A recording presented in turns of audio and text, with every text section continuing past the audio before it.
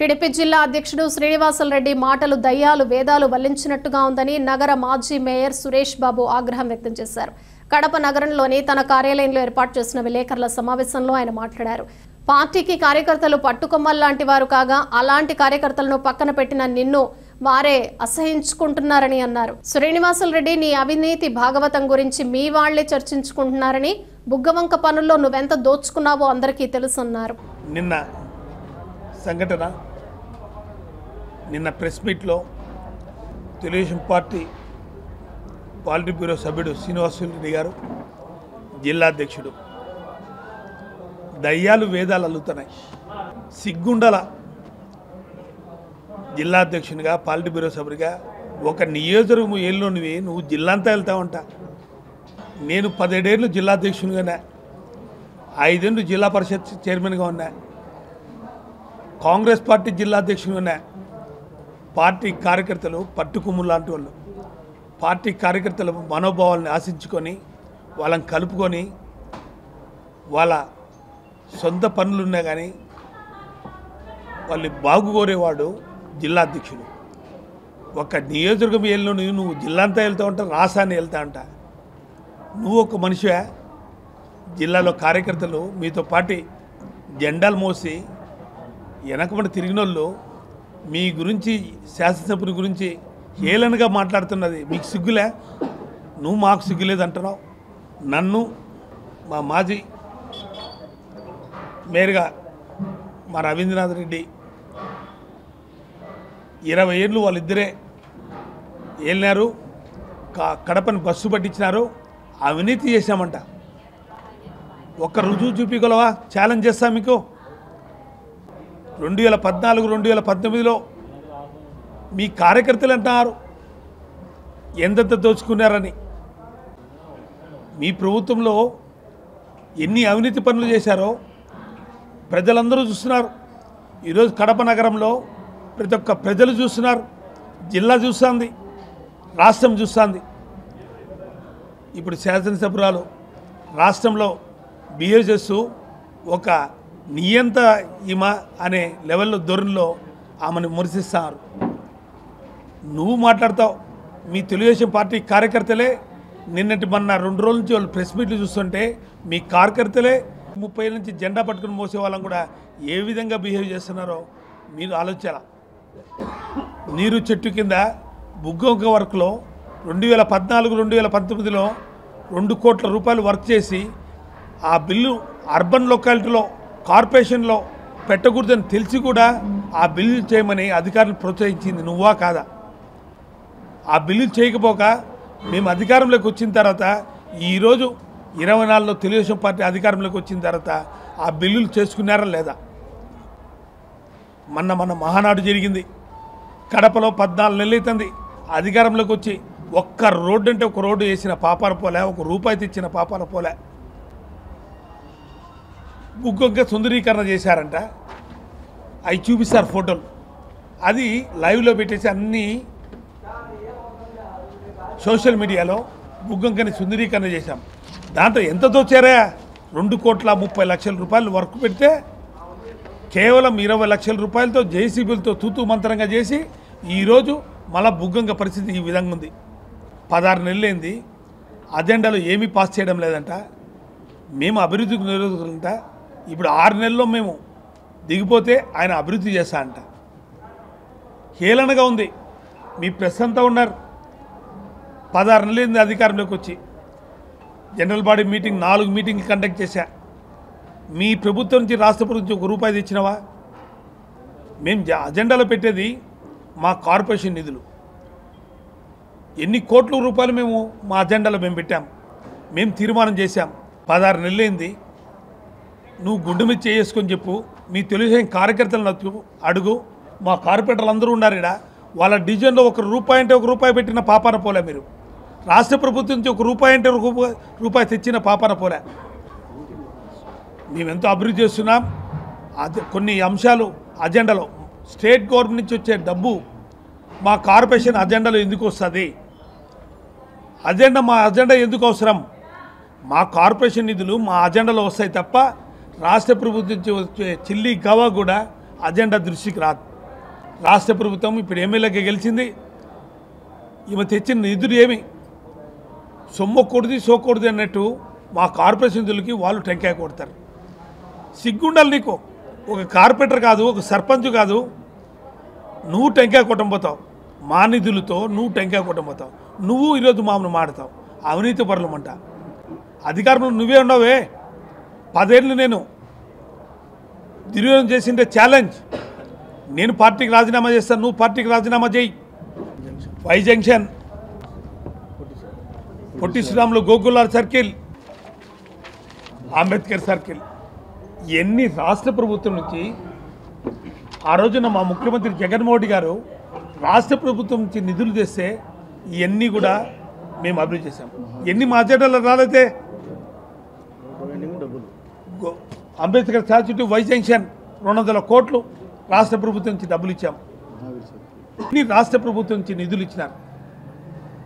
ఈరోజు నువ్వు ఉన్నావు అధికారంలో. 2014 నుంచి 2019 వరకు కూడా మీరే అధికారంలో ఉన్నారు. ₹1 అంటే ₹1 నిధులు తెచ్చారా? భూగంగా క్లీన్ అండ్ గ్రీన్ అని నీరు చెట్టు కింద వర్కులు పెట్టుకోవడం, అర్బన్లో పెట్టాలని తెలివి తక్కువ పనులు మీరు. అర్బన్లో ఆ వర్కులు కూడా చేయకూడదు, ఓన్లీ రూరల్ డెవలప్మెంట్లో చేయాలి. కేంద్రం ఇచ్చిన నిధుల్ని ఆ నిధులు కూడా పెట్టుకొని పప్పం కట్టుకొని నీ అనుచరులు నువ్వు అందరూ పందికొక్కులాగా మేసినారు. మీరు మా గురించి మాట్లాడతారు.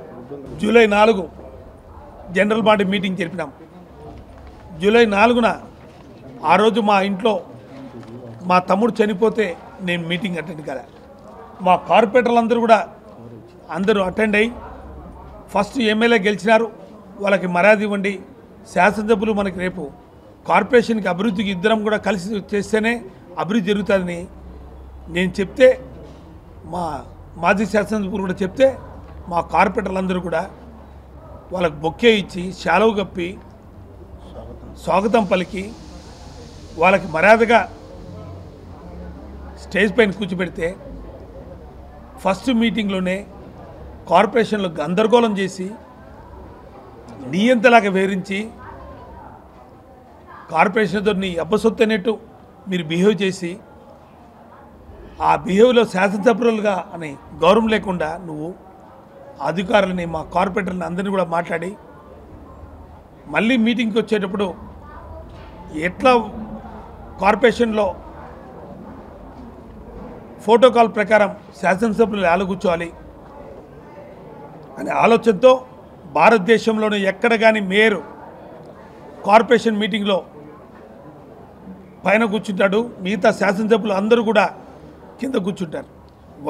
కేవలం కుర్చీ అని పెట్టుకొని నువ్వు చేసిన బిహేవ్. రెండో మీటింగ్ జరిగింది, అక్టోబర్ 2 క్యాన్సిల్ అయింది. డిసెంబర్ 23 మేము జనరల్ బాడీ మీటింగ్ పెడితే ఏది కానీ తీర్మానం మీ అందరూ సాక్ష్యం. ఆమె చేసిన బిహేవింగ్ మీకు చూశారు. అజెండాను కూడా చించి మా సిసి విశ్వనాథ్ రెడ్డి చదువుతూ అంటే అజెండా పేపర్లు కూడా చించి రాద్ధాంతం చేసి యాగి చేసి ఆమెకు చేయలేదని కుర్చీ కోసం కొట్లాడింది తప్ప ఇంతవరకు అభివృద్ధి కోసం పాటుపడిన వ్యక్తి కాదని కూడా గ్రహించాల. మొన్న జరిగిన జూన్ 20న జనరల్ బాడీ మీటింగ్ పెడితే ఆ మీటింగ్ రోజు కూడా శాసనసభ్యురాలు నిబంధనల ప్రకారం కింద కూర్చోవాలి, ఆమె పైన కూర్చోకూడదని మేము హైకోర్టు ద్వారా ఆర్డర్ తెచ్చినా కూడా అధికారులందరూ కూడా తొత్తుగా ఉండి ఆమె పైన కూర్చొని అధికారులందరూ మాకు మీటింగ్ రాకున్నా కూడా మేమందరం కార్పొరేటర్లం ప్రజా సమస్యల మీద చర్చించాం తప్ప ఏ రోజు కానీ మాకు సీటు గురించి కానీ మా అభివృద్ధికి నిరోధకులుగా మేము వ్యవహరించలే. ఆ రోజు కూడా 28 అంశాలుంటే జనరల్ బాడీ మీటింగ్లో 16 అంశాలు మొత్తం ప్రజల సమస్యల మీదనే మేము మాట్లాడడం జరిగింది. మేము ప్రజల సమస్యల మీదనే మేము తీర్మానం చేయడం జరిగింది. భారతదేశంలోనే ఎక్కడ కానీ వాలంటరీ వ్యవస్థ లేదు. కడప నగరంలో బలహీన వర్గాలంటే మైనార్టీ సోదరులు, బీసీ సోదరులు, ఎస్సీ సోదరులు విద్యా వాలంటరీ కావాలి, వాళ్ళ చాలిచ్చానని చదువు చెప్తున్నారు. సరైన ఫ్యాకల్టీస్ లేవు స్కూల్స్లో. మా జగన్మోహన్ గారు వచ్చిన తర్వాత నాడు నేడు వలన స్కూల్స్ అన్నీ అభివృద్ధి జరుగుతున్నాయి. ఆడ సోషల్ టీచర్ లేరు, సైన్స్ టీచర్ లేరు అనే ఆలోచనతో మేమందరం కూడా విద్యా వాలంటీర్ వ్యవస్థను తీసుకొని వచ్చి 120 మందికి మా కార్పొరేషన్ నిధుల నుంచి అందరికీ జీతాలు ఇచ్చి వాళ్ళందరూ కూడా భవిష్యత్ తరాలైనటువంటి బాగుభారత పౌరుల్ని తీర్చిదిద్దాలి. వాళ్ళు కూడా ఉన్నత చదువుకోవాలి. వాళ్ళ బిడ్డలు కూడా కూలీ నాలిగా పని చేసుకోకూడదు. వాళ్ళు కూడా బాగుంటే వాళ్ళ ఇంటికి పెద్ద దిక్కు అవుతారని మా జగన్మోహన్ గారి ఆలోచనతో మేము ముందుకెళ్తే అలాంటి తీర్మానం కూడా నువ్వు చేయనీకుండా దాని మీద కోర్టుకు పోతావు. ఈరోజు మా జనరల్ బాడీ మీటింగ్ 24 తేదీన జూన్ 20 తేదీన జరిగిన దాంట్లో హైకోర్టు కూడా ఇవన్నీ కూడా ఆమోదిస్తూ మీరు తీర్మానం చేసి అజెండాలో రాయండి అంటే నిన్న ఆమె కోర్టు కేసి అవన్నీ తీర్మానం జరిగకుండా స్టేటస్కో దాన్ని చూస్తుంది. అభివృద్ధి కోరుకునే వ్యక్తులము భవిష్యత్ తరాల భారత పౌరుల కోసం చదువుకొని వాళ్ళు కూడా ఉన్నత విద్య చదువుకోవాలని ఆక్షింత చేసే దాంట్లో ఈ రోజుకి 4 నెలలు అవుతుంది. వాళ్ళకి జీతాలు లేవు, వాళ్ళ స్కూల్స్ పోవడంలే. 15th ఫైనాన్స్ మేమన్నీ తీర్మానం పెట్టేటి కూడా ఆ రోజు అజెండా చదవనీయకుండా ఆ తీర్మానం చేయనీయకుండా పేపర్లు చించి మీరందరూ ఉన్నారు. ఆ రోజు ఆమె చేసిన యాగి కేవలం కుర్చీ కోసం మీరు ఆలోచన తప్ప మేము కాదు. పదవి ఆక్షించే వ్యక్తులం కాదు. మా పాలకవర్గానికి కుర్చీ లేకుండా చేసి ఈరోజు ఆ కుర్చీనే మాకు ప్రధానం. ఆ కుర్చీ లేకుండానే అంతెందుకు నిన్న ఆగస్టు 15న అందరూ కళ్ళారా చూశారు. రాష్ట్రం చూసింది, జిల్లా చూసింది, భారతదేశంగా తెలుగు వారు ఎక్కడున్నారో అందరూ కూడా చూశారు. అధికారుల మీదకి నాకు చేయలేదని వాళ్ళతో కూడా కుర్చీ గలట. ఛాలెంజ్ చేస్తానా, మీరు అధికారంలో ఉన్నారు, ₹1 అంటే ₹1 అవినీతి జరిగిందని మీరు నిరూపించండి. నేను రాజకీయ సన్యాసం పుచ్చుకుంటా, మీరు రాజకీయ సన్యాసం పుచ్చుకుంటారా? కేవలం అధికారులు చేసిన తప్పు. నా కుమారుడు 30 లక్షల వర్కులు చేశాడంటున్నారు. మాకు 30 లక్షలు చేయాల్సిన గతి లేదు. కడప నగరంలో ఉండే ప్రజలందరికీ తెలుసు మా కుటుంబం ఏదో, మా ఆస్తులు ఏందో. మేము ప్రజలకు అంకితం చేసాం తప్ప ఏ రోజు కానీ నిధులు పక్కదారి మళ్లించే ప్రయత్నం చేయలేదని. అందరినీ కోఆర్డినేషన్ కలుపుకుండేవాడే జిల్లా అధ్యక్షుడు. నేను 17 ఏళ్ళు ఉన్న జిల్లా అధ్యక్షునిగా మా పార్టీ కార్యకర్తలు కలుపుకోకపోతేనే మిగతా కొంతమందిని తెలుగుదేశం నుంచి కూడా మా పార్టీలోకి వస్తుంటే మా కార్యకర్తలను ఒప్పించి మెప్పించి అవతల వాళ్ళు వస్తే మనకు బలమవుతుంది, వాళ్ళని కలుపుకోబోదాం అని చేసిన వ్యక్తిని నేను. మా కార్యకర్తని ఏ రోజు కానీ దూరం పెట్టలే. మేము మా కార్యకర్తను హక్కును చేర్చుకొని టీడీపీ పార్టీలను కూడా చేర్చుకున్నా కూడా ఇద్దరికీ సమానంగా మా కార్యకర్తలకి ప్రయారిటీ ఇచ్చినాం తప్ప తెలుగుదేశం నుంచి వచ్చిన జంపైన కార్యకర్తలకి ఎవరికి కూడా మేము ప్రయారిటీ ఇచ్చిన పాపాన పోలేదు. ఎన్ని కుట్రలు పొందినా మీరే చూశారు. సంవత్సరం నుంచి కూడా నన్ను పదవి చ్యుతుని చేయాలి. చేసిన తర్వాత నేను పైన స్టేజ్ పైన కూర్చోవాలని నువ్వు ఆశించినావు. నేనున్నంత వరకు నిన్ను ఆ సీట్లో కూర్చోబెట్టే ప్రసక్తే లేదు, ఆ కూర్చుంటే ప్రసక్తి లేదు. నన్ను అడ్డు తొలగించుకొని నువ్వు ఆ పైన కూర్చోవాలని చూస్తున్నావు. ఎట్టి పరిస్థితుల్లో అది అసంభవం. నేను లేకున్నా కానీ మళ్ళీ మా కార్పొరేటర్లు అందరూ మా కార్పొరేటర్లు ఒక సైనికుల్లాగా నిన్ను ఆ సీట్లో కూర్చోబెట్టే ప్రసక్తి లేదు. మా పాలకవర్గం ఉన్నందరూ కూడా ఆడ మీటింగ్ జరిగితే మాతోనే జరగాలి, ఆడ కూర్చునే అధికారం లేదని చెప్పి కూడా మీకు తెలుసుకుంటూ నాకు 10 మీదే అమోహం కాదు. కేవలం కుర్చీలోంచి నన్ను దించేయాలి, కుర్చీలో కూర్చోవాలని ఆమె తాపత్రయం పడుతుంది కాబట్టే నేను న్యాయ పోరాటం చేస్తున్నా. నిరూపించండి. నేనన్నా రాజకీయాలు సన్యాసం పుచ్చుకుంటా, మీరన్నా పుచ్చుకోవాలా? మీరు మాట్లాడతారు ఓ రోజుకు పూటకు పార్టీ. తెలుగుదేశంలో ఉన్నారు, కాంగ్రెస్లోకి వచ్చినారు, మళ్ళీ తెలుగుదేశం అంటారు. మొన్న రాత్రి 9 గంటలకి ఆర్డర్స్ నాకు ఇచ్చినారు. నాకు ఇప్పుడు ఇచ్చినారు పేపర్. ఎప్పుడు? ఈరోజు రాత్రి 9 గంటలకు ఇచ్చినారు. ఏది? వాట్సాప్లో. ఈరోజు నిన్ననే డిస్క్వాలిఫై చేసి నిన్నలేమన్నా ఈరోజే డిప్యూటీ మేయర్కి ఆర్డర్ కాపీ ఇచ్చారు. అంటే ఎంత ఫాస్ట్గా ఉండారో చూడండి. 24 గంటల లోపల ఎన్ని విధాల కుయ్యూతులు పన్నారో. అధికారులు కూడా తొత్తుల్లాగా పనిచేస్తారు. నాకు తెలిసి జరిగింటే తప్పే, తెలియని దాన్ని వక్రీకరించి ఏదో విధంగా అతన్ని పదవిచ్యుతం చేయాలి, నా పబ్బం గడుపుకోవాలా, నేను పైన కూర్చోవాలా. కుర్చీ మీద ఉన్న యామం తప్ప ఏమీ లేదు. మీరు చూసినారు, వాళ్ళ పార్టీ కార్యకర్తలే తిరగమన్నారు. ఇప్పుడు ఇంకా రోజు ఉంది, ఇంకా ఎంతమంది మాడతారో. లక్ష్మిరెడ్డి 30 ఏళ్ళ నుంచి వ్యక్తి, వాళ్ళకి దిక్కు తెలుగుదేశం పార్టీ లేనప్పుడు ఆయన ఒక్కడే గెలిచింది కార్పొరేటర్. పూల్లో పెట్టుకొని చూసుకోవాలి వాళ్ళని. నీకు అడ్డొస్తారని వాళ్ళని తొక్కినారు. మేము అధికారంలో ఉన్నంతరూ మాతో పాటు ఉన్నారబ్బా, అధికారం ఇప్పుడు వచ్చిందబ్బా.